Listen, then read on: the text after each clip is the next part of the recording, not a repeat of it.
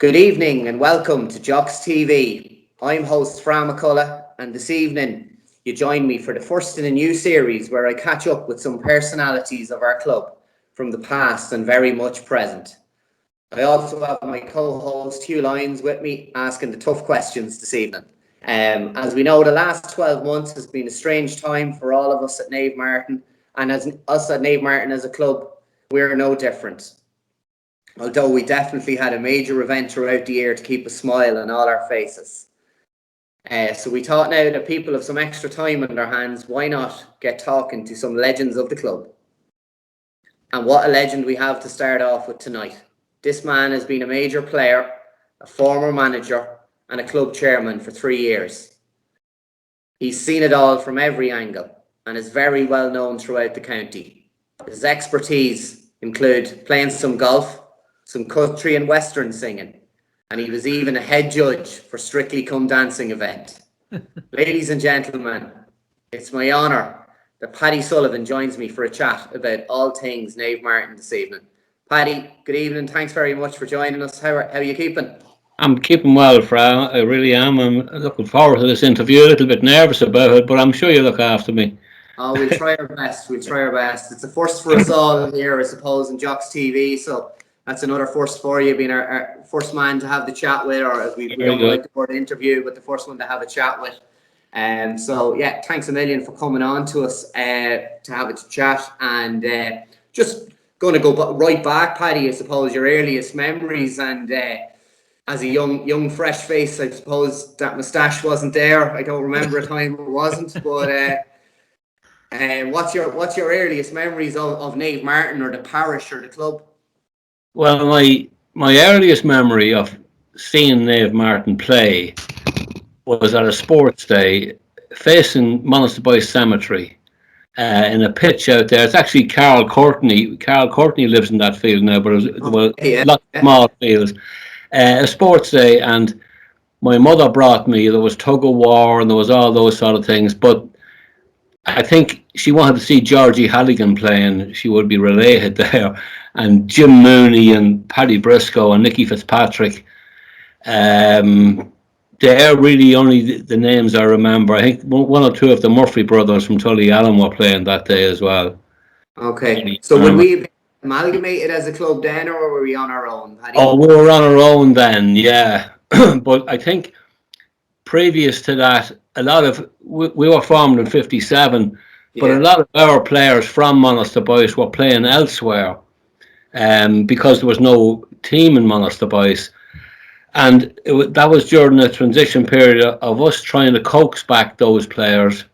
And, subsequently, Glen Emmett's started up, and we lost a lot of players to them. The Russells and the Moonies, they went back to play with Glen Emmett, to the best of my knowledge, Okay, and that day, that sports day, that was probably just kind of some exhibition event to get people up and... It was a parish sports day, to the best of my memory, yeah. That was their pitch or grounds at the times, was it? No, the post office field, I really can't be certain. The post office field was where I remember seeing the Martins after that playing. Maybe that was before we actually got onto the post office field. The pitch I'm talking about below the old credit union. That's where I currently reside, Paddy. Yes. Well, true. Yeah, just behind you there. Yeah, just behind you. I can't be certain of the dates. I'd say that sports day was the early 60s, either 60 or 61. Something like that. Yeah. Very good. And obviously, you took good memories from that day. Well, it was great. Yeah, it was colourful, and there was plenty of flags flying, and a typical sports day. It was great. Yeah. It ignited something in you, obviously. To leave well, I don't. Yeah. I just remember that. That's my earliest memory of seeing the Martins play. Very good. And then, of course, growing up, like who would you been looking at, or on the television? Was there much GAA back in them days, or who were the types of football teams? Was there, I don't know, talk to me, was the Kerrys or the Downs more prolific, or who sticks out? Yeah, in the early 60s, Down, we have great memories of the Down supporters travelling up by Killinere. You know, we had bonfires lit for them when they won the All Ireland, and it was as if Louth had won the All Ireland. Magic times, but um, Paddy Doherty and Sean O'Neill, they were great players with Down in those days, you know, and the McCartan brothers. But we got caught up in the hysteria of Down winning the All Ireland because the traffic was all flowing past us, you know, and it was great. It was great. We latched on. Absolutely, Paddy, that's because we weren't. I suppose Louth had only won it in '57, so kind of mid '60s, late '60s, maybe Louth were still a strong enough side, were they? They were, yeah. The Louth. Yeah, they were. The Blues dominated Louth football, the championship. You know, I think they won eight or nine championships in the '60s. But it was on the Louth football strength was on the wane at that time. Look, that's, you know, down for debate. They weren't as successful as the Meads or Downs at the time, or Kerry. You know. So is there any? Paddy, sorry, just to get in there for a second. You. Sorry, Fra. How are you, Paddy? Just that Down team, 68 beats Kerry, and you know, going back, that you're obviously a young impressionable young fella at that stage. Was there anything about that Down team? You mentioned some of the players that kind of stood out to you or kind of inspired you. Or... Well, maybe slightly after Colin McIllarney was my hero. You know. I thought he was a wonderful midfielder, a great player. He played on. Frank McGuigan was my next, but that was maybe 3 or 4 years after that. And I was lucky enough to go to a match to watch them playing each other.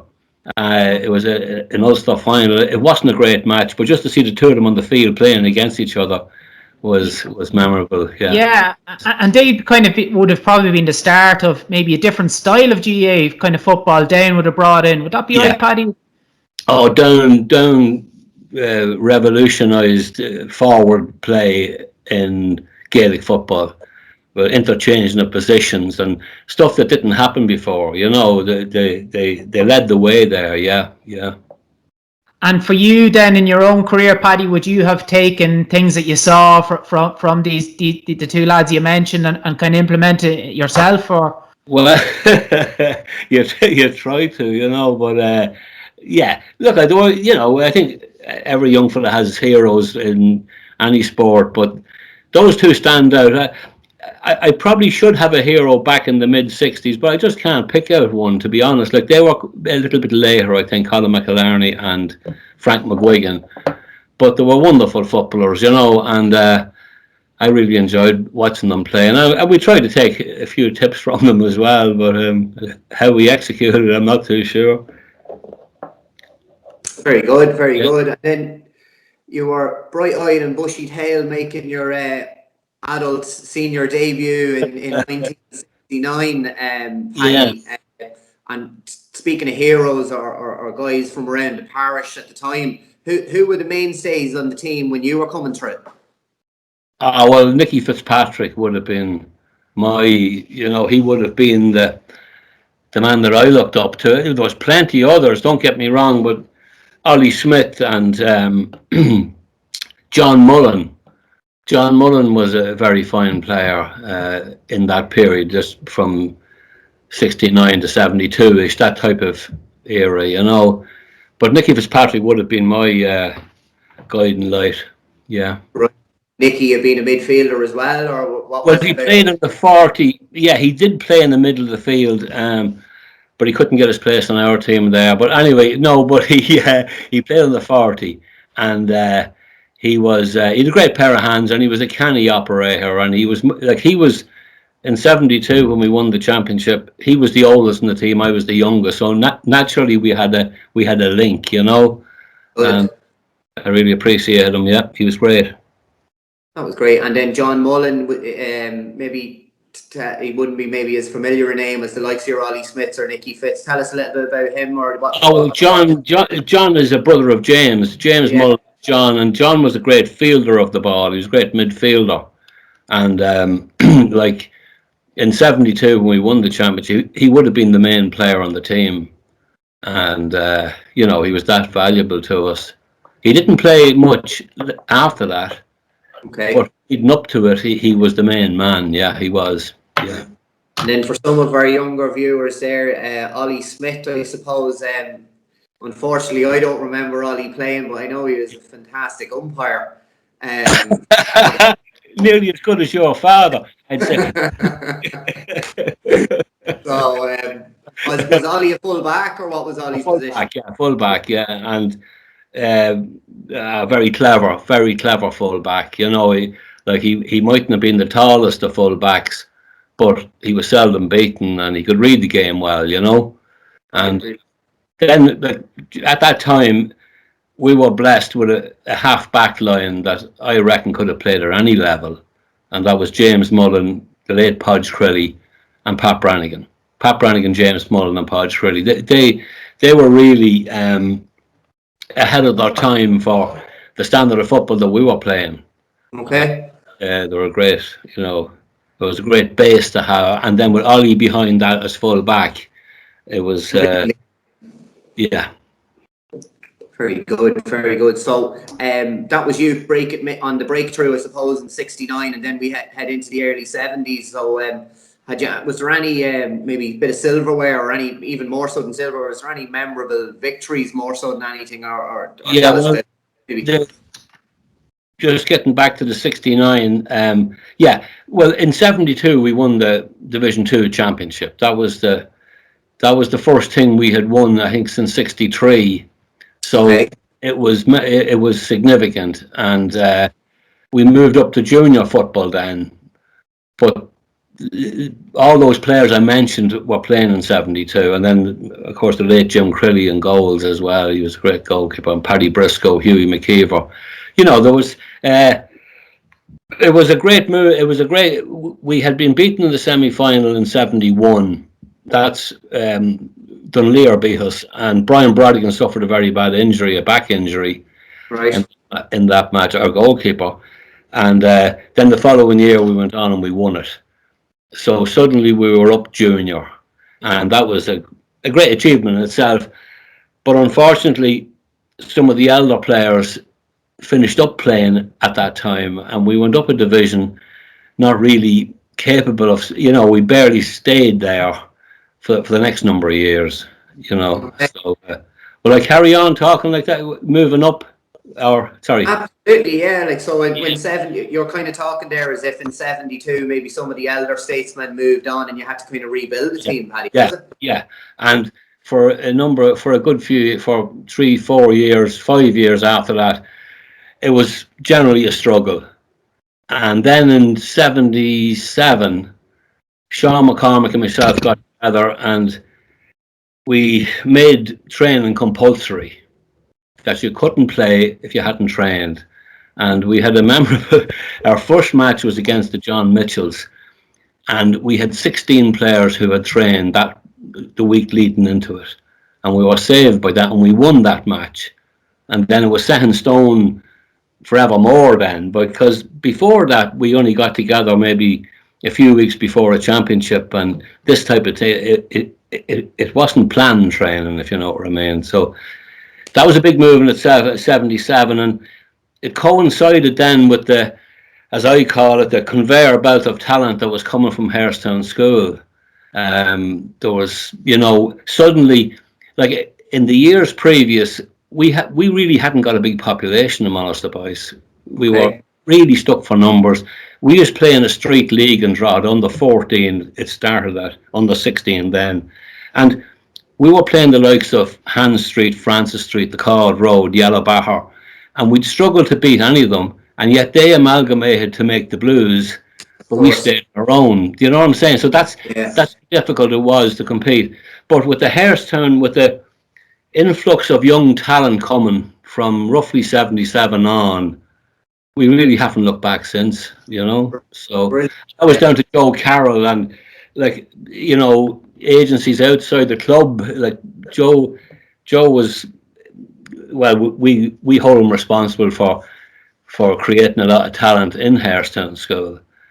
And then with the training being compulsory, it just tied in lovely. And the following in '78, then we won the McArdle Cup, which wasn't the World Cup, but it was a trophy, and it was a step in the right direction.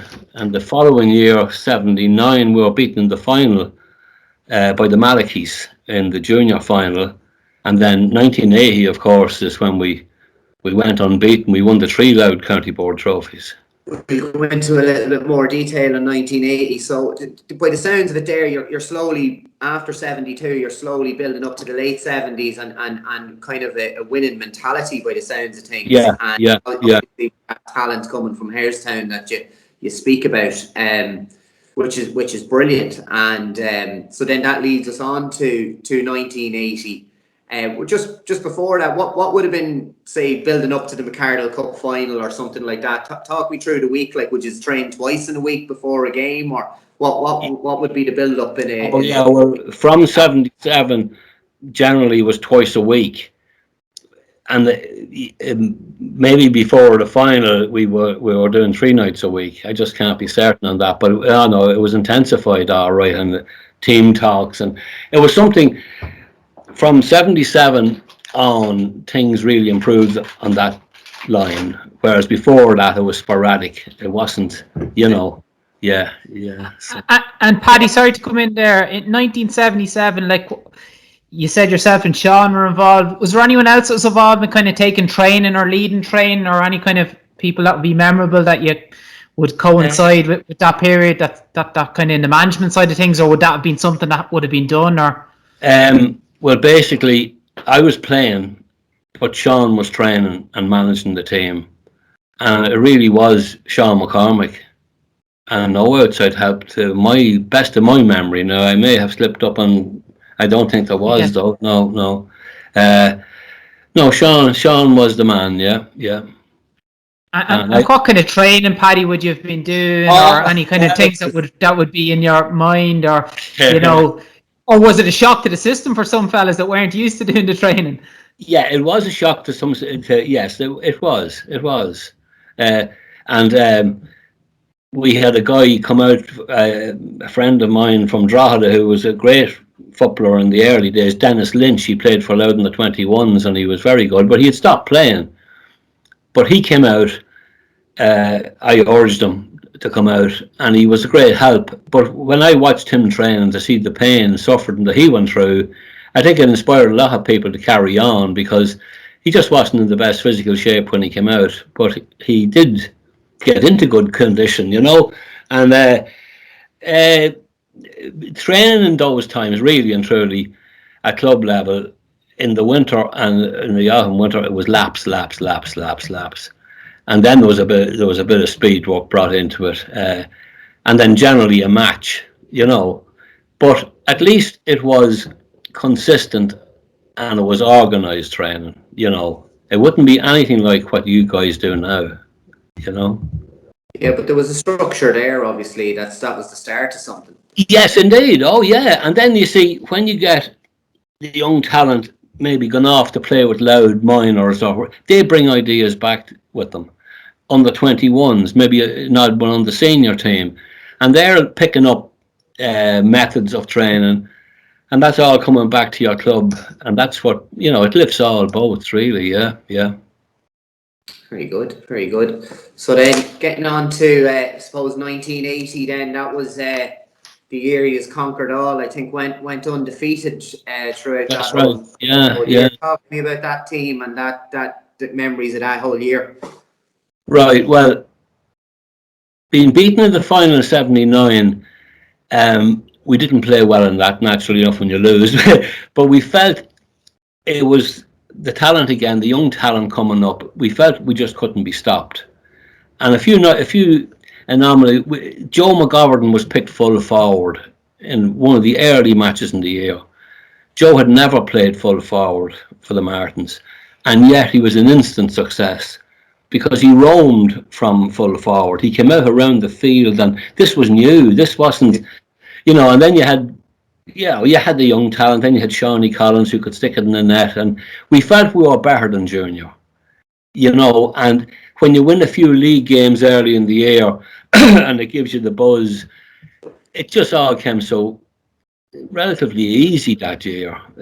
We drew one match, and with the last kick of the game, Noel Barrell equalised below in Castleballyham against the O'Connells, and that maintained, I think it was 21 or 2 matches we won that year. But only for Noel Barrell now, we wouldn't have got there, with the unbeaten tag. Yeah. But it was great. The 3 titles, what were they? Was it the junior championship? Obviously, was one, wasn't it? And what were they? The junior league, the McCarroll, and then they had a special DDD tournament, county board trophy for the early season, late season. They play the first half of it maybe in January, February, and the last bit of it at the end of the year. So we won as well, yeah. Very good. And who was the toughest opponent, or who were the rivals, I suppose, in 1980 to overcome? Well, the Westerns were. Let me think. Dunleer, the Westerns would have been the strongest teams. We beat the Westerns in the final. Okay. Dunleer and the Westerns, I would put it down to now. Maybe I'm slipping up there. Now you had the Dreadnought, you had Hunterstown, but to me, it was the Westerns and Dunleer were always edgy, tough games. Yeah. And did you have a good season yourself? Pardon? Did you have a good season yourself in 1980? Not bad. Yeah. All right. It was. Yeah. Just Paddy, just go back a second on something you said there. See, so you would have felt that actually losing in 79 really did spur you on the following year. Yeah. You see, Hugh, we had won the McCarroll Cup the previous year, 78, and then we're in the final of a championship, and so we all knew we were going to win until we didn't. But and then the younger lads had the enthusiasm. I don't how many more. I just don't want to name. I'm struggling to name a lot of players, but I know Martin Morgan played in the corner in the final against the Westerns, and had Paddy Holcraft, and but there was Noel Barrell and oh gosh, I'm struggling for names, lads. But I think you mentioned.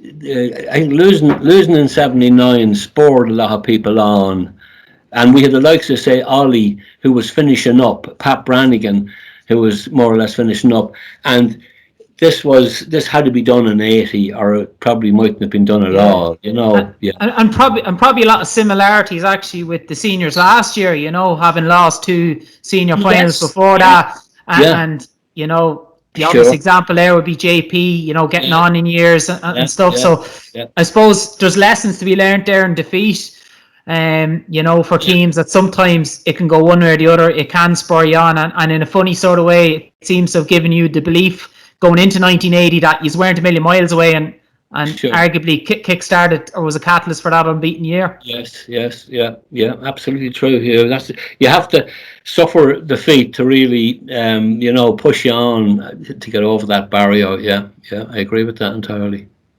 And then, so obviously coming up after 1980, then into intermediate level, there was a different kettle of fish, I suppose. You're starting to play a more serious brand football for the first time in your career. How was the step up? How did that affect you then throughout the 80s? Well, in the immediately after coming up, the bubble continued. I think we won 6 league games in a row, or 6 league games in a row, and suddenly we were beaten, and the bubble really did burst. Then we struggled for quite a while, and it was. I'm not saying it was similar. It wasn't similar to 72 because we had young players in 81, 82, 83, but it just didn't happen. And the opposition were strong. There were stronger clubs that we were competing against, and we just didn't. We came close a number of times, but we didn't do the business. And really and truly, from 80 to 86 or so were lean years. I think we should have done better, but certain things happen in clubs and players go off form or players leave for some reason, and we just didn't do what I thought we would do in those years. Yeah. So then what changed in you say to 86 to in 87? There was another batch of players. I'm talking about batch of players, yeah. But with the experienced players as well, then you had, Gerard Winters and Fergus Winters and young lads coming into this team that lifted the spirits, and we could have probably won the intermediate earlier if you need a bit of luck to win a final. The final in 88 against the Malachis was a poor match, but nobody bothered because we won. We were actually up senior, but I just can't really fill you in on much leading up to 88. From 86 to 88, I just forget how close we came to getting up. But the Malachis were one of our biggest rivals around that time, and it was a hard game. We had our homework done.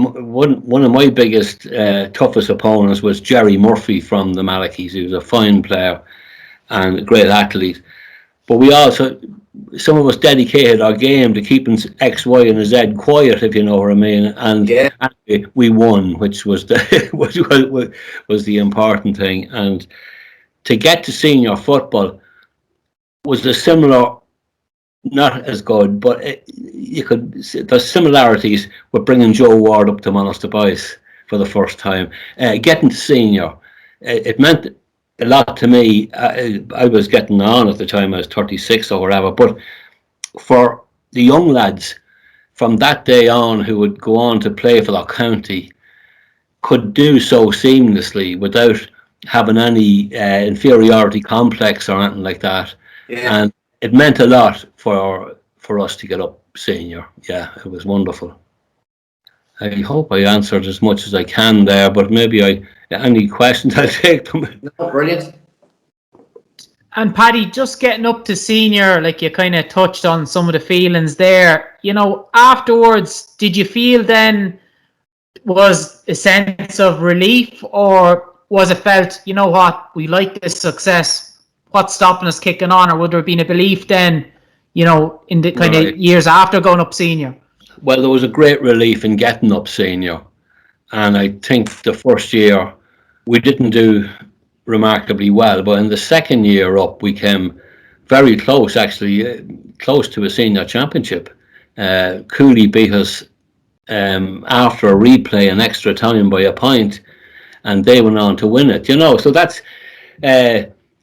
we came close enough, yeah, and but let's see, staying senior to me and to a lot of people in Monaghan was absolutely vital, because if you get relegated, you don't always get back up when you think the time is right to get back up. There's several examples of that, and that's something that I think everyone associated with the Martins can take great pride in, is that we maintained our senior status since we won promotion to it. And I don't want to name other clubs, but there's a lot of clubs who went down under the impression that we'll build back up and we've young lads coming and we'll win the intermediate championship in 4 years' time, but it didn't happen. And that's a great relief that we stayed. Now, we had as Fra would know, and yourself, a lot of relegation playoff semi-finals and finals to stay there, but we did, which was great. Yeah. It really was. And getting that success, Paddy, as you kind of said, I think you said you were 36 when you won the intermediate title. You must have been thinking at stages, is this ever going to happen in my own career, or was there that doubt or that desperation kind of creeping in? Or?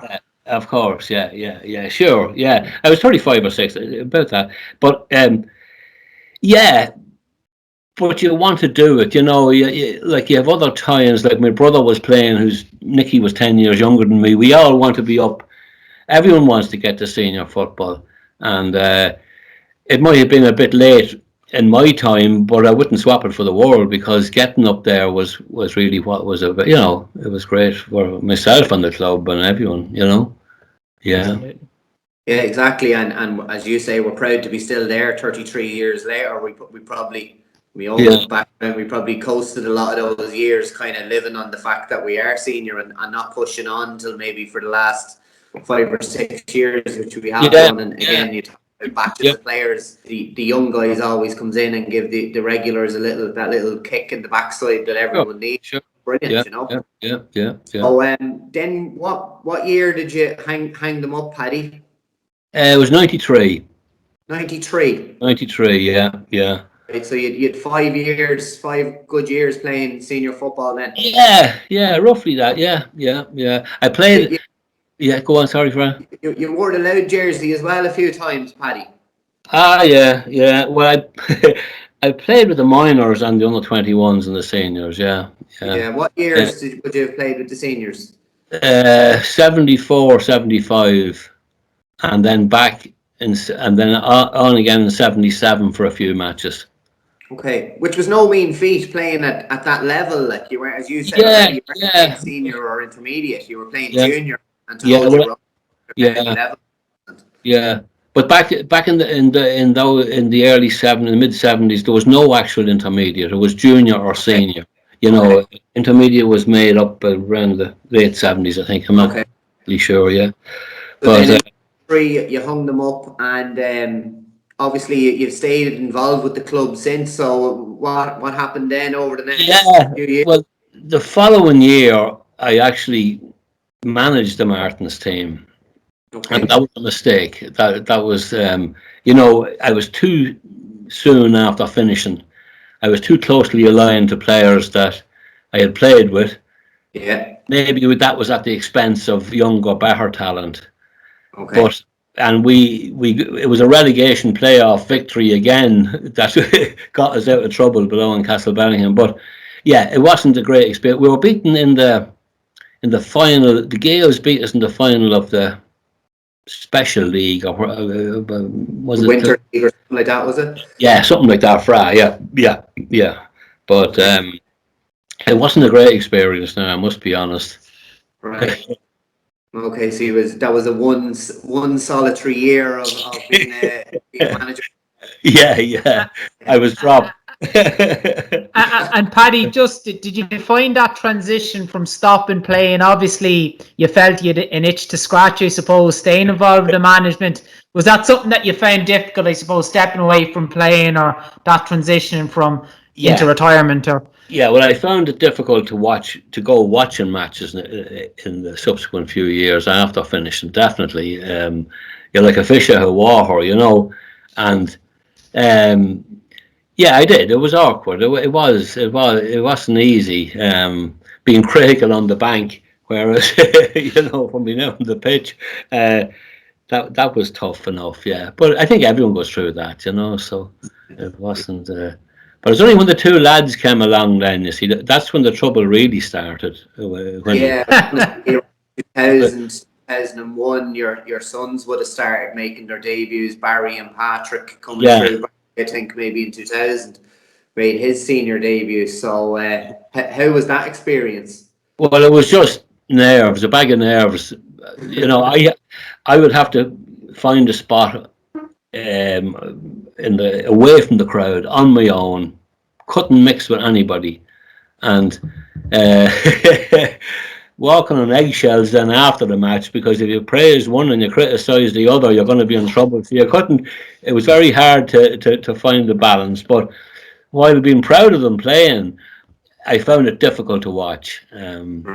Because no two of them ever had the perfect match. There was always something that might disappoint one, and anyway, but they gave great service, and delighted for that. But as a spectator, I was a bag of nerves really watching. Yeah, as they say. I said a rubbish spectator. Yeah. Your sister goes through something similar at the moment. Yeah. She refuses to watch it with anybody else and will find her own little Oh, corner. yeah. So Yeah. as you know yourself, it's I do tough indeed. for parents, I suppose. And as you do say, it's definitely harder to watch than it is to play in. Yes. So then you were chairman of the club, Paddy, a great honour as well. 3 years from 2008. Yeah, roughly 2008 or 2011. I was on committees nearly all the time from the mid-70s, on and off. I might have missed a few years, but then being a player, and I was playing with the county at the time, and I might miss, but I was on committee for a long time. Yeah. And finally, Mick Fanning passed on the baton to me, and with all the help, with Paddy Briscoe's help as well, I did 3 years, yeah, and I really enjoyed it. And we had 2 years previous to that, I had been very strong about our lack of a structured membership in the club, and Mickey Smith and Fergus Nealon and myself, we set about structuring the membership of the club. And I felt, the three of us felt that to be a member, you should support the lotto, the club lotto. So we tied the two, together, and it has proven very successful. And with a few tweaks here and there now, but it's still in the shape that we set it out. And it has, as well as being an earner for the club, it has made people proud to be members and given them an idea of where they stand within the club, and everyone's equal. They have their vote at the AGM, and so that was anyway. That was roughly a year or two before I became chairman, but there was still a lot of work to do on that, even setting it in motion. And towards the end of my term as chairman, a lovely donation from Roseanne Dunnigan, the bit of land up beside Moonan's field, the small patch there. Well, we set about making that into a playing area for the juveniles and a warm-up area, so we were busy with that. And it was, so I enjoyed the 3 years leading the show. That was an excellent idea, tying the lotto and the membership in, because I heard clubs like much more after that, like coming up with, they're trying to tie in the lotto with the membership. So, and we were like, well, we've been doing that for years. So yes. Thinking ahead of your time. Fair play on that one. And was there any other fundraising things that stick in your mind in those days? Any other what, Fra? Fundraising events or anything like that? Oh, yeah. Well, the golf classics were the bread and butter for the club for a long number of years, and like Pat Malloy and Michael Lamb, they did absolutely magnificent work, and we ran a very good golf classic, if you know what I mean. We looked after the people that came to play with their meals. They got proper good meals and all that.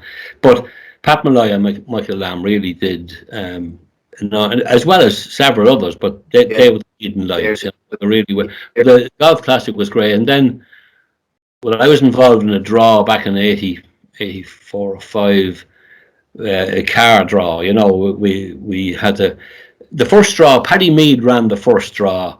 Do you mind if I ramble on about this? Paddy. Well, Jackie McGahan deserves huge credit for enabling us to have a building on the pitch. We got the pitch, we opened in 69, but there were porta cabin buildings. We had no clubhouse. And Jackie McGahan, I think he took a fortnight off work, and he was busy at the time, but he dug the foundations for what is down there now, and it just lit a fuse, and it continued. But if Jackie hadn't done that, but anyway, to develop it, Paddy Mead, who was another great clubman, he ran £100 draw, and it was very successful. And then about a few years later, I ran one. That was to redrain the pitch and to build the committee rooms that are down there now, and that worked out well. So that was you always have to have a fundraising idea, as you know, from Strictly Come Dancing to Jock's Big Fight Night or whatever. It's essential to run the club. But the membership and Yeah, that's really it. I'm scanning over a lot there. Yeah. If you want And to there was a ask. couple of other one here, sorry. Yeah, no, just I suppose interested, Paddy. Would you have felt that, it was given back to the club, kind of involving in committees, and just listen Me? to you there. Listen to you there that it's obviously a big passion of yours. Do you think it's important for after the playing days are over that you give something back to the club? Yeah, well, I hadn't to think too much about that, Hugh. But to be honest with you, growing up and even up until quite recently, it was very much my life. My passion, pastime, passion. You call it what you want. I didn't feel as if it was just a natural progression, really. Because I was involved in the committee from the early '70s. So I just didn't. I didn't feel like saying, "Well, I have to give the club back something." It just I happened. know. It just happened. Yeah.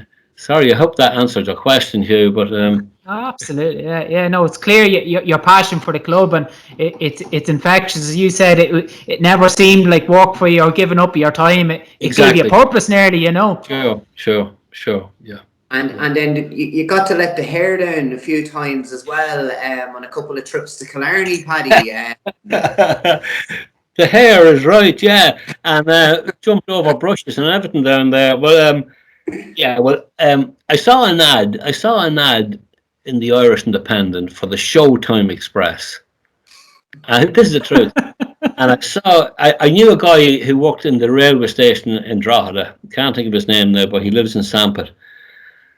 But I got talking to him anyway, and he explained the whole journey to me, the whole itinerary, the trick. And I just said, this would suit Monaghan Boys, the people right down to the wire. So basically, we got on the train in Drogheda, and we changed trains in Houston, and we're suddenly on the Showtime Express train to Killarney, and a pipe band plays us up to the hotel.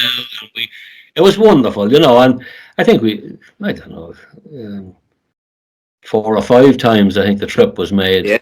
But you had the likes of Brendan Grace and Linda Martin and as the main star on the Saturday night. It was the camaraderie and the crack.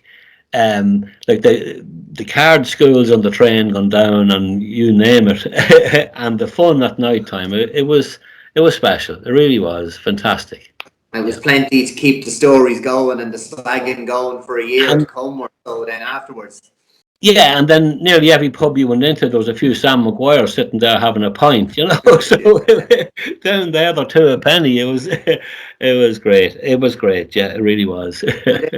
How qualified are you for being the head judge on the Strictly Come Dancing? Well, yeah. I have a lovely little trophy upstairs to the best judge ever, 8.5. I was going to say I only got an 8.5 myself, but I think everybody else did that night. Exactly. Well, I was asked. No, I asked Rose for a number heading down there that night, and she said 8.5, and that's what everybody got. That's the truth. Great night that night. You were absolutely brilliant. Great crack that night, I have to say. So parking football for a moment. You touched on golf classics. What were your other passions then? What was your other thing when you switched off from Naomh Mairtin? Maybe what were your other things that you like to do? Well, basically golf.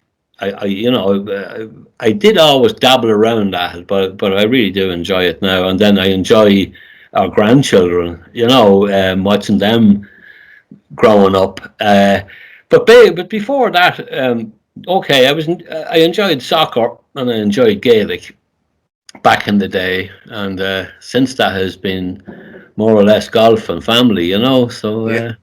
that's And how did you get into golf, Paddy? Sorry. Oh, it probably started on holidays playing pitch and putt back in the early '70s, and I joined Bettystown in '77, I think it was, and stayed there for a number of years. And then from that on, then it was golf, So. And I believe I'm led to believe it's a big Tiger Woods house, the Sullivans. You're a big admirer of Tiger Woods. He'd be a hero of yours, would he, Paddy? Tiger is the man, yeah. Well, he's the best golfer ever I saw. That doesn't speak for much, but yeah, phenomenal golfer, yeah, really and truly, yeah. And would he be someone like, like what would have drawn you to Tiger, or what lead, was it, what are you looking for in a golfer or a hero or someone like that, Well, what kind of inspires you about him? Well, it's just his golf and his golf only, there's been scandals about Tiger Woods, this, that, and the other, but it's his golf that does the talking for me.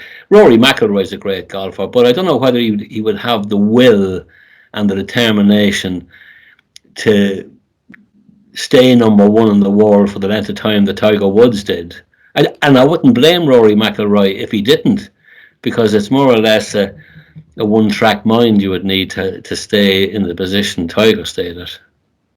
And would you find, Paddy, that playing golf helped your football in any way, or would there be any crossover between the two, or from the mental side of things, maybe, or? Well, maybe in match play in golf. No, it really wasn't. I never considered it a factor. No, not at all. I'd like to say it did, but no, it didn't. Very good. So that brings us up to Holy Grail, I suppose, 2020 for the Jocks. Yes. We've been beaten in a final in 2018. We've been beaten in a final in 2019, and then we're getting geared up to go again. And a thing called COVID-19 hits, and nobody knows what it is. But sure. Finally, we got a format, we got a championship going, and just talk me through your last season, basically your thoughts on going to games and how to get there and stuff. Right. Well, my thoughts on last year start really in 2018. I was very disappointed we lost that final. I think most people were, but I wasn't as disappointed as some people were, because I realised then that we were at the top table. What I mean by that is we're in the top 2 or 3 when you're going to name winners of a Joe Ward, and then we won a few league titles, and okay, we were beaten last year as well, but we're at the top table. And if you're at the top table, I do think the cards will fall sometime soon if you keep the resolve up. And you certainly, the team did that last year. It was fantastic. But coming away from Dromiskin was just, I won't forget it. It was just like, it was nearly an anti-climax, because things were so unreal below. But to finally realise that you had what you set out playing football for back in the day, when you finally have it coming home to Monasterboice, was absolutely special. It really was. And I thought it was a lovely moment that night, around 8:30 or so, when the team paraded around the car park with all the children and displayed the Joe Ward. I thought, that's something I'll never forget. I thought it was fantastic. It really was, yeah. Really was. I was, as you say, there was young and old, there was children 5-6 years of age there, and then you had people who have been on your journey since 1969, all those people, and your Paddy Briscoes and sure. There's so many. Obviously, some of them have left us in the meantime, but there's fortunately so many people that has been on that journey over the last 40 years, and it was they felt so much pride, obviously, as the players did as well. Sure. I'm probably not explaining. I tried to do a bit of thinking about how I felt and what it meant to me having won the Joe Ward, and I find it hard to put it into words even still, to be honest. But really special. And as you mentioned, people who have passed, you really think of them as well for the work they put in. I wouldn't mind saying a few words on that, but maybe later on when it suits you. We'll come to that in a couple of minutes. And even Paddy, I'd say to have Thomas involved, the family connection, the Sullivan name there was really special as well. Oh, we had to insist on that, Hugh. Like, Thomas didn't really get place. It was lovely. It was lovely, and we had a lovely moment there a few weeks ago we got the Joe Ward down. It was before Christmas actually, and Nicky was selling Christmas trees in a shed, and we had the Joe Ward below. We brought my mother up on a chair, and we all had a few photographs below. It was really special, yeah. And Thomas and Nicky and the whole lot, yeah, fantastic, really and truly. All the generations of the Sullivans. I suppose that was the one downside to winning it in the year that was in it. That, you know, imagine out in Drogheda, half a Monaster Vice there, and getting over the line, and you be no restrictions and things like that as to who Of could course, attend. yeah. That was the one. So hopefully things open out this year and we can repeat that. Well, you know, if I was down, and it was Christmas week, down, I walk around the football pitch, and Fergal Reel and Noel Healy were down marking out lengths of runs for lads. That really impressed me, because, and I do believe if you win one, they're never too far away for a number of years. So if we can keep our heads together, and there might be more pickings there, you know, yeah. Absolutely. I want to talk about where the club you'd like to see it going in the future, but I think for people tuning in tonight to have a look at this, that's obviously younger than myself even, and you know, that's just arriving up to the pitch and they just see the pitch there and they go out and they train, or they go out and they play their games. I think it's really important what you've told us tonight, as in it wasn't, that pitch just didn't happen to drop out of the sky and land there. There was a lot of work went in from people like you, Paddy, and I'd like to thank you from myself anyway, and I know Hugh would, but absolute brilliant Trojan walk down the years that, as I said, the younger people probably doesn't understand and get the work that went into it by certain people. Yeah, that's true, but that's only natural that young lads, you know, I suppose when I was that age, I wouldn't have appreciated it either. But I do remember a lot of people who put a lot of work into the club, and you know, I'm just thinking, this is it has just come to me. I remember saying at the time when he passed that it's only when a quiet person has left a post in the club that you realise the amount of work that he did for the club. And that person, in my opinion, was Paddy Winters, the late Paddy Winters. He did absolutely fantastic work. Nobody really knew much of what he did, but when Paddy wasn't there, people weren't long on realising what he actually did, you know. And but there's so many, you know. Jemmy Shevlin. How can we talk about Naomh Mairtin without mentioning Jemmy Shevlin? He was. We have a coaching setup now in the club that's the envy of. It's fantastic. I can't believe it, the amount of underage coaches we have. But back in the day, our underage structure was Jemmy Shevlin. You know, with a car with about 14 kids in it and the boot open and 3 or 4 stuck in there as well. Like that's the amount of work he did. But it's like day and dark now. Like I'd love to see that continuing, and maybe having a review every 3 or 4 years of the coaching of the juveniles to make sure that we haven't slipped. Because I know now at the moment it's top drawer, and it's wonderful to see it now. It really and truly is. Yeah. Sorry, I rambled on a bit there. Actually going to say, like, so in 5 to 10 years' time, where would you like to see Naomh Mairtin at? Well, in 5 or 10, yeah, with another few Joe Wards, and you know, the all-weather pitch is coming on stream now, and if there was more available land, I would take the attitude that Jack Mulroy took, God have mercy on him. Jack would say, go get it, if it's reasonable at all. With that second pitch, like Jack Mulroy's attitude was, if it's for the betterment of the youth of the parish, let's go for it. Yeah. And I'd only wish the club well, and I know like the present guys who are in charge of running Monaster Boys, they're as conscientious as we ever were, and they're steering the club in a very, very good direction. Yeah, I really mean that. Very good, Paddy. And finally, I suppose, to leave you with what would be your lasting memories of Naomh Mairtin, your overall. Take us through each of those decades, and what would be your highlight and your lasting memories of the club? Right. Well, my lasting memory of the 60s is that what you mean? 60s, 70s? Yeah, Yeah, yeah. whatever way you The look at it. last memories of the 60s. You mentioned 69. I wasn't sure whether I had played for the Martins in 1969 or not. But recently, a few years ago, a certain gentleman up the road, Sean McCormick, was celebrating his 40th wedding anniversary. And it was exactly and I played in the match. He got his jaw broken 2 days before he got married. And his jaw was wired. Do you take for I do? And his jaw was wired. But I actually played in that match, and that was 1969. So that's how I knew then how to. And then the 70s would have been, the highlight, of course, the junior two. When you're the youngest in the team, I think you'll always remember that as a special occasion.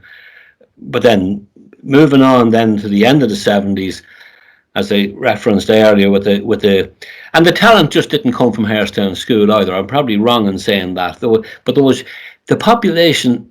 From this 80 on, the population of Munster Boys increased, and you can see that now compared to our day back in the 60s. But the 70s would have been winning the second division championship in 72, and then 78 winning the McCardle Cup, with the prospect of more to come. And then in 80, we won the junior, and then we won the intermediate in 88. So, and then, okay, there's follow years coming, but then last year just capped it all with the Joe Ward lads, so that was wonderful, wonderful. Well, I don't know about you, Hugh, but I've thoroughly enjoyed the last 55 minutes or so. It's been really good delving into everything that's gone on in the parish, as well as your own history and background, Paddy. I've really enjoyed it, Hugh. What about yourself? Yeah, I look top class, Paddy, and I think the thing that will jump out to everyone is the passion you have for Monster Boys is still burn as brightly as ever. So I'd just like to say, from my point of view, absolute pleasure listening to you, Paddy, and I'd listen to you all night telling stories about the Jocks and past glories and hopefully future glories. They're probably only stories, Hugh. I really enjoyed it too, lads. I really did, and it was taken in the right spirit, and I thank you very much. No bother. Well, hopefully you join me again next week, where we'll have an equally as intriguing character as Paddy. But that's all for now. Look at our Instagram and Facebook pages and keep in touch. And thanks very much. Good night.